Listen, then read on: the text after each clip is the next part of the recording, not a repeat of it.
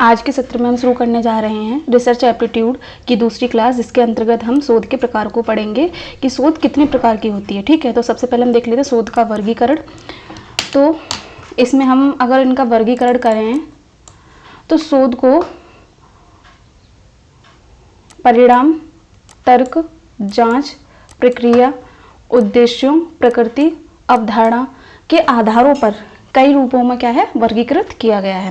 अब हम बात करें परिणाम के आधार पर कौन सी शोध हैं, तो परिणाम के आधार पर हमें दो शोधें देखने को मिलती हैं। पहली है मौलिक शोध, दूसरी हमारी व्यवहारिक शोध। इसी का ही एक अंग क्या है व्यवहारिक शोध का, क्रियात्मक शोध। ठीक है, अब देखते हैं हम तर्क के आधार पर शोध। तो तर्क के आधार पर दो भागों में ये बांटा गया है। इसमें आता है पहला आपका आगमन शोध, दूसरी आपका निगमन शोध। जांच के आधार पर हम अगर शोधों को देखें तो इसमें संरचित शोध, दूसरी आपकी असंरचित शोध। प्रक्रिया के आधार पर हम शोधों का वर्गीकरण करें तो इसमें गुणात्मक शोध और मात्रात्मक शोध। और गुणात्मक और मात्रात्मक इन दोनों शोधों से मिलकर क्या है एक नई शोध जन्म लेती है, जिसे हम क्या कहते हैं मिश्रित शोध कहते हैं। हम बात करें उद्देश्यों के आधार पर शोध, तो उद्देश्यों के आधार पर विभिन्न प्रकार की शोधें देखी गई हैं, जिसमें आपका है समन्वयी शोध, वर्णनात्मक शोध, सहसंबंध शोध, व्याख्यात्मक शोध और प्रायोगिक शोध। प्रकृति के आधार पर दो भागों में बांटा गया है, अंतर्विषयी शोध, बहुविषयी शोध। अवधारणा के आधार पर हम शोध को देखें तो इसमें वैचारिक और अनुभवसिद्ध शोधों को देखा जाता है। तो यहाँ पर तो हमने ये चार्ट के माध्यम से इन शोधों का वर्गीकरण करके दिखाया है। अब हम आगे क्या है इनके बारे में थोड़े थोड़े बिंदु हैं जो वो पढ़ते चलेंगे। ठीक है, तो सबसे पहले हम लेते हैं आपके परिणाम के आधार पर की गई शोधें। तो इसमें कौन कौन सी शोध बताई मैंने आपको, मौलिक शोध और व्यवहारिक शोध। ठीक है, तो सबसे पहले आप इन्हीं को देखते हैं, परिणाम के आधार पर शोध। तो परिणाम के आधार पर जो शोध है उसमें आपके पहले कौन से आती है मौलिक शोध। तो इस शोध के अंतर्गत क्या क्या होता है उसको हम जानते हैं। तो इस प्रकार की शोध में नवीन ज्ञान की वृद्धि की जाती है। इसके अंतर्गत नवीन सिद्धांतों का प्रतिपादन, नवीन तथ्य की खोज एवं प्रतिस्थापन किया जाता है। इसका एकमात्र उद्देश्य क्या होता है, ज्ञान की प्राप्ति, वृद्धि तथा शुद्धिकरण होता है। यानी कि जो शोध नवीन सिद्धांतों के प्रतिपादन, नवीन तथ्यों को एकत्रित करने के लिए की जाती है, यानी कि जो प्रारंभिक जो शोध की जाती है जिसमें जो शोध करता है स्वयं जाकर तथ्यों को एकत्रित करता है और नवीन ज्ञान को धारण करता है। ठीक है, वो क्या कहलाती है मौलिक शोध कहलाती है। इसमें क्या है वो किसी दूसरे का सहारा नहीं लेता है ना। चलते हैं अपनी अगली शोध पर, क्या है हमारी व्यवहारिक शोध। किसी समस्या विशेष का समाधान करने वाले तत्व इसमें शामिल होते हैं, अर्थात यदि शोधकर्ता तथ्यों के आधार पर किसी क्रियात्मक समस्या का समाधान करे तो उसे व्यवहारिक शोध कहते हैं। अगर इसे हम समस्या समाधान प्रधान शोध भी कहें तो भी ये क्या है उपयुक्त होगा। ठीक है, इसमें इसका एक और अंग आता है जिसे हम क्या कहते हैं क्रियात्मक शोध। तो जो क्रियात्मक जो शोध है वो मुख्यतः किससे है, आपके शिक्षा के क्षेत्र से संबंधित है। यानी कि इसमें क्या है जो कोई समस्या उत्पन्न होती है, ठीक है, उसका तुरंत हम क्या है सॉल्व करते हैं। तो ये इसका संबंध कहाँ से है, शिक्षा के क्षेत्र से है। तो इसके बारे में भी हम देख लेते हैं। इस शब्द का प्रयोग जो क्रियात्मक शोध है, इस शब्द का सर्वप्रथम प्रयोग किसने किया था, कुर्ट लेविन ने। ठीक है, कब किया था, 1940 में किया था। क्रियात्मक शोध वह प्रक्रिया है जिसके द्वारा व्यवहारिक शोधकर्ता वैज्ञानिक विधि से अपनी समस्याओं का अध्ययन एवं क्रियाओं में निर्देशन, सुधार तथा मूल्यांकन करता है। यह शोध सामान्यतः शिक्षा के क्षेत्र में अधिक प्रचलित है। जैसे मैंने कहा शिक्षा के क्षेत्र में इसका प्रयोग अधिक किया जाता है।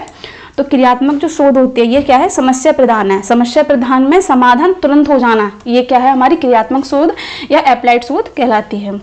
चलते हैं अपने अगले प्रकार की ओर। तो दूसरा हमारा प्रकार आता है तर्क के आधार पर शोध। तो तर्क के आधार पर शोधों को कितने भागों में बांटा गया है, दो भागों में। पहला भाग मैंने बताया था आगमन शोध और निगमन शोध। तो आगमन शोध क्या होती है इसके बारे में देख लेते हैं कि ये एक ऐसी शोध है जिसमें हम विभिन्न अनुभवों के सामान्यीकरण द्वारा वांछित ज्ञान को प्राप्त करते हैं, अर्थात विशेष से सामान्य ज्ञान की ओर जाना ही क्या है हमारी आगमन शोध कहलाती है। देखिए ये कई बार यूजीसी नेट की परीक्षा में पूछा भी जाता है कि आगमन शोध की विशेषता क्या है।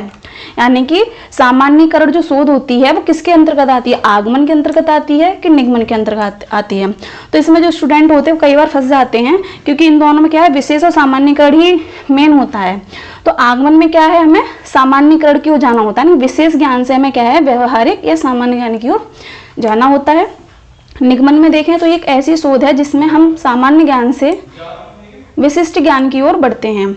तो इसमें क्या है, निगमन शोध में क्या है, विशिष्टीकरण को बढ़ावा दिया जाता है। यानी कि जो हमें पहले जो बेसिक नॉलेज होती है उस नॉलेज से क्या है, हम विशिष्ट की ओर बढ़ते हैं, यानी कि सामान्य से विशिष्ट की ओर बढ़ना ही क्या है, हमारी निगमन शोध कहलाती है। एक शब्द में देखें तो आगमन शोध हमारे क्या है, सामान्यीकरण से, यानी सामान्य ज्ञान से संबंधित है, और निगमन शोध हमारी किससे संबंधित है, विशिष्ट ज्ञान से। ठीक है, तो ये हमारी निगमन शोध है। अब चलते हैं अपनी अगले शोध के प्रकार की तरफ। तो अगला जो हमारा शोध का प्रकार है वो जांच के आधार पर। तो जांच के आधार पर जो शोध है हमारी दो प्रकार में बटी हुई है। तो पहला आता है संरचित शोध, है ना। तो संरचित शोध ये किसके आधार पर है, ये निगमन शोध पर आधारित है। यानी कि जो ये है संरचित शोध है, ये क्या है, निगमन जो शोध की जो पद्धति है उस पर ये क्रियान्वित होती है। तो इसमें भी क्या है, सामान्य से विशेष की ओर बढ़ते हैं। यानी कि जब अगर संरचित शोध की जा रही है तो उसमें वही फॉर्मूला अप्लाई किया जाएगा जो क्या है आपने निगमन में अप्लाई किया था। यानी कि इसमें सामान्य से यानी बेसिक नॉलेज से विशिष्ट नॉलेज की ओर हम जाएंगे। ठीक है, अब चलते हैं अपनी अगली शोध की तरफ। तो असंरचित शोध, इस तो ये क्या है, ये आगमन शोध पर आधारित है। इसमें क्या है, आगमन पद्धति का प्रयोग किया जाता है। इसमें विशेष से सामान्य की ओर जाया जाता है, यानी कि विशेष से व्यवहारिक ज्ञान की ओर जाना ही क्या है, असंरचित शोध कहलाती है। संरचित में क्या है, विशेषीकरण है, और असंरचित में क्या है, सामान्यीकरण की ओर जाना। ठीक है, प्रक्रिया के आधार पर अगर शोध को देखें तो इसे 3 भागों में बांटा गया है। तो पहला आपका आता है गुणात्मक शोध, दूसरा आपका आता है मात्रात्मक शोध, तीसरा आपका आता है मिश्रित शोध। तो गुणात्मक शोध क्या है, तो यह वह शोध है जिसमें शोधकर्ता समस्या के आंतरिक पहलुओं पर गहराई से जाने का प्रयास करता है, लेकिन उसके पास इससे संबंधित अधिक तथ्य मौजूद नहीं होते। ऐसे में वह संबंधित व्यक्तियों के विचारों को विशेष महत्व देता है। इस शोध के अंतर्गत मानव व्यवहार, प्रेरणा, संवेदनाएं, अनुभव, अभिवृत्तियां शामिल होती हैं। तो देखिए इस शोध में कहा क्या गया है, जब शोधकर्ता कोई सामाजिक शोध करने जा रहा होता है ना, तो अगर उसके पास कोई लिखित में आंकड़े प्राप्त नहीं है और उसे उस समय की पृष्ठभूमि को तैयार करना है, तो उस समय क्या क्या सांस्कृतिक चलन थे, क्या क्या वेशभूषाएं थी, क्या बोलियां थी, और उस समय क्या मानसिकता रही थी उन व्यक्तियों की, तो उसके आधार पर क्या है, हम यहाँ पर जो शोधार्थी है वो अपनी विचारधारा को जन्म देता है और उसके आधार पर क्या है, अपनी शोध कार्य को आगे बढ़ाता है। तो ये गुणात्मक जो शोध है ये मानव व्यवहार और संवेदनाओं से संबंधित है। अगली शोध पर चलते हैं, तो इसमें हम देखते हैं मात्रात्मक शोध। तो मात्रात्मक शोध जैसा कि शब्द से स्पष्ट हो रहा है, यानी कि मात्रा यानी कि आंकड़े या सांख्यिकी डेटा। तो मात्रात्मक शोध उस शोध को कहा जाता है जिसमें शोधकर्ता के पास पर्याप्त डेटा उपलब्ध हो, जिसको वह सांख्यिकी तकनीकों द्वारा परिणाम में परिवर्तित कर सकता है। यानी कि उसके पास क्या है, अगर डाटा उपलब्ध है, ठीक है, तो उसे किस में धारण कर सकता है, वो सांख्यिकी यानी कि लिखित रूप में आंकड़ों में प्रदर्शित कर सके, तो उसे क्या कहते हैं, मात्रात्मक शोध कहते हैं। इसके अतिरिक्त हमें तीसरी शोध देखने को मिलती है मिश्रित शोध। तो इसमें क्या है, गुणात्मक और मात्रात्मक दोनों शोधों के गुण इसमें देखने को मिलते हैं। और अगर शोध की दृष्टि से देखें तो ये शोध क्या है, सर्वोत्तम मानी जाती है। क्यों, क्योंकि इसमें गुणात्मक और मात्रात्मक दोनों शोधों के गुण पाए जाते हैं। मिश्रित शोध में शोधकर्ता बेहतर परिणाम प्राप्त करने के लिए एक से अधिक तरीकों का प्रयोग करता है। जैसे मैंने बताया मिश्रित शोध में क्या है, गुणात्मक और मात्रात्मक दोनों शोधों के क्या है, प्रयोग किया जाता है। अधिक गुणात्मक परिणाम प्राप्त करने के लिए गुणात्मक पद्धति का प्रयोग, इसके साथ साथ सांख्यिकी परिणाम प्राप्त करने के लिए मात्रात्मक पद्धति का प्रयोग किया जाता है। अगर शोधार्थी को लग रहा है कि उसे कुछ अंशों में क्या है, हमें गुणात्मक तथ्यों की आवश्यकता पड़ेगी, यानी कि मनुष्य के व्यवहार, संवेदनाओं को, उस काल में जो सांस्कृतिक चलन थे उनको देखना पड़ेगा, तो वो क्या है, गुणात्मक पद्धति का प्रयोग कर लेगा। अगर उसे लग रहा है कि हमें यहाँ पे कुछ डेटा भी देना है, लिखित रूप में कोई एक तथ्यों को उपलब्ध कराना है, तो यहाँ पर क्या है, शोधार्थी मात्रात्मक शोध पद्धति में उपलब्ध जो नियम है, विधियां हैं, उनका प्रयोग करेगा। ठीक है, तो जो मिश्रित शोध होती है वो गुणात्मक और मात्रात्मक से बेहतर शोध मानी जाती है। अब चलते हैं हम अपने अगले प्रकार की तरफ। तो उद्देश्यों के आधार पर अगर हम शोध के प्रकारों को देखें तो सबसे पहला हमारा आता है वर्णनात्मक शोध। तो इस शोध के अंतर्गत क्या है, स्थिति का वर्णन प्रस्तुत किया जाता है। यानी कि अगर कहीं पर कोई घटना हुई है तो उसका पूरा जो व्याख्या है या वर्णन है वो इसके अंतर्गत किया जाएगा। इसके अंतर्गत क्या है और क्या था, देखिए ये पॉइंट इनको याद रखना है कि वर्णनात्मक शोध के अंदर क्या है कि अभी क्या है और क्या था, यानी भूतकाल में क्या था, जैसे प्रश्नों का क्या है उत्तर देते हैं, यानी कि उनकी व्याख्या करते हैं। इस शोध में शोधकर्ता का चरों पर कोई नियंत्रण नहीं होता है। इसमें सर्वेक्षण पर पर्याप्त व्याख्या के साथ साथ तथ्यों की खोज को सम्मिलित किया जाता है। ठीक है, वर्णनात्मक शोध के कितने रूप देखने को मिलते हैं? 3 रूप देखने को मिलते हैं। इसमें आपका घटनोत्तर शोध है, ऐतिहासिक शोध है, विश्लेषणात्मक शोध है। तो जो घटनोत्तर शोध है इसके अंतर्गत हम क्या देखते हैं? तो घटनोत्तर शोध में किसी घटना के संदर्भ में आयोजित किया जाता है तथा यह घटना के स्वतंत्र चर से संबंधित है। यानी कि अगर कहीं पे कोई घटना हो जाती है तो उसके क्या कारण रहेंगे, क्या तथ्य रहेंगे, उसका वर्णन क्या है हम इसके अंतर्गत करते हैं। अब बात करते हैं हम ऐतिहासिक शोध की। तो ऐतिहासिक शोध के अंतर्गत वर्तमान परिप्रेक्ष्य में भूतकालीन तथा वर्तमान घटनाओं की चर्चा की जाती है। यानी कि भूतकाल में जो घटनाएं घटी उसका वर्तमान परिप्रेक्ष्य में क्या प्रभाव पड़ रहा है, उसका क्या वर्णन है, हम इसमें करते हैं। सामान्यतः यह किसी विषय के ऐतिहासिक पहलू पर ध्यान केंद्रित करता है। देखिए, जैसे कि नाम से स्पष्ट है, ऐतिहासिक, जो भूतकाल में बीत चुका है उसका अध्ययन करना क्या है? ऐतिहासिक शोध कहलाती है। अब यह आवश्यक क्यों होती है? क्योंकि अगर पूछा जाए कि शोध तो हमें आज के परिप्रेक्ष्य में करनी है, वर्तमान समय के परिप्रेक्ष्य में करनी है, तो ऐतिहासिक शोध का महत्व क्या है? तो ऐतिहासिक शोध का महत्व इस बात से और है, अगर हमें वर्तमान को समझना है तो भूतकाल में जो घटनाएं हो चुकी हैं, जो संस्कृति रही हैं, है ना, तो उसका अध्ययन होना आवश्यक है, तभी तो हम वर्तमान को समझेंगे। अब चलते हैं अपनी विश्लेषणात्मक शोध की तरफ। तो इसके अंतर्गत शोधकर्ता पहले से ही उपलब्ध तथ्यों एवं जानकारी का उपयोग करता है। इसमें सामग्री का आलोचनात्मक मूल्यांकन करने का प्रयास किया जाता है। इसमें क्या है? विश्लेषण किया जाता है, एक दूसरे घटनाओं का क्या है तुलना की जाती है, फिर उनका मूल्यांकन निकाला जाता है। तो ये कैसी होगी? विश्लेषणात्मक शोध कहलाती है। अब देखते हैं अपनी अगली शोध को, सहसंबंध शोध। अब ये देखते हैं सहसंबंध शोध होती क्या है। इस शोध के अंतर्गत किसी स्थिति के 2 पक्षों के बीच संबंधों व परस्पर निर्भरता का ज्ञान होना ही क्या है? सहसंबंध शोध कहलाती है। जैसा कि शब्द से स्पष्ट है, सहसंबंध, यानी कि अगर 2 पक्ष में कोई घटना हुई है, ठीक है, तो उनको जोड़ना कि उनमें दोनों में संबंध क्या रहा होगा, परिस्थितियां क्या रही होंगी, एक दूसरे को कैसे प्रभावित किया होगा, इन शब्द को का अध्ययन करने के लिए हम सहसंबंध की शोध का प्रयोग करते हैं। ठीक है, अब चलते अपनी व्याख्यात्मक शोध। तो इस प्रकार की शोध के अंतर्गत किसी घटना के 2 पक्षों के बीच को क्यों और कैसे आदि प्रश्नों के उत्तर देने की चेष्टा की जाती है। मैंने वर्णनात्मक में बताया था कि क्या है और क्या था, इसका वर्णन या किया जाए तो वो वर्णनात्मक है। अब क्यों और कैसे का उत्तर दिया जाए तो वहां पर क्या होगा? हमारा व्याख्यात्मक शोध होगा। चलते हैं अपने अगली शोध की तरफ। तो समन्वेशी शोध। इस शोध को शोध का लघु रूप भी कहा जाता है। यह सामान्यतः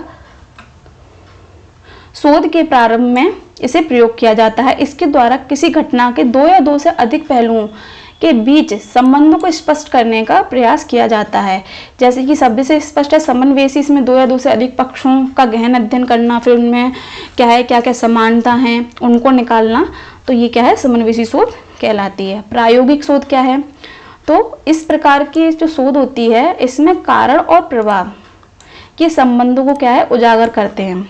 ठीक है, तो जैसे कि एक घटना ले लेते हैं, एक समस्या ले लेते हैं कि धूम्रपान करने से क्या है? फेफड़ों का कैंसर होता है। तो अब हमें ये कैसे पता? जब इस पर प्रयोग किया गया हुआ, प्रैक्टिकल चीजें की गई होंगी, तभी तो हमें पता कि धूम्रपान करने से फेफड़ों का कैंसर होता है ना। तो प्रायोगिक शोध का महत्व ये होता है कि इस पर प्रयोग किया जाता है कि ये चीज अच्छी है या बुरी है ना। अब चलते हैं अपने अगली शोध की तरफ। तो प्रकृति के आधार पर शोध को कितने भागों में बांटा गया है? 2 भागों में, अंतर्विषयी शोध और बहुविषयक शोध। तो अंतर्विषयी शोध क्या है?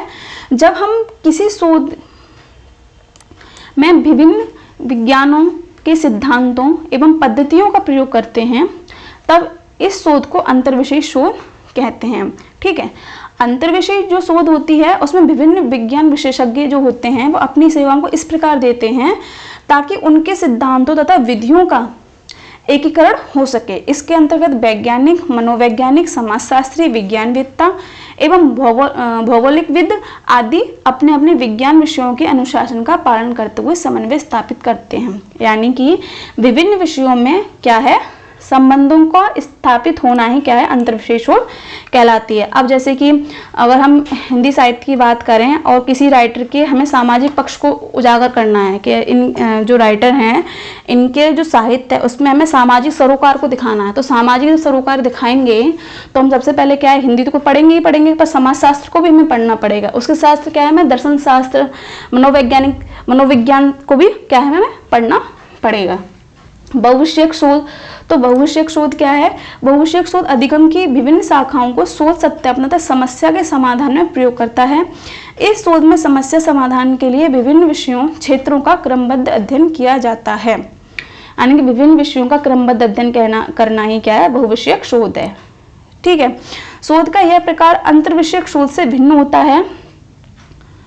इसमें विभिन्न शोधों का समन्वय न करके उसका अलग अलग रूप में अध्ययन एवं शोध किया जाता है। सामान्यतः इसमें एक पक्षीय स्पष्टीकरण को मान्यता दी जाती है, यानी कि जो बहुविषयक शोध है इसमें क्या है, समस्याओं के समाधान के लिए विभिन्न विषयों क्षेत्रों का क्रमबद्ध अध्ययन किया जाता है और क्या है, एक स्पष्ट उत्तर हमें देना होता है। अब हम देखें अवधारणा के आधार पर शोध के क्या प्रकार हैं, तो अवधारणा के आधार पर शोध के दो प्रकार हैं, वैचारिक शोध और अनुभव सिद्ध शोध।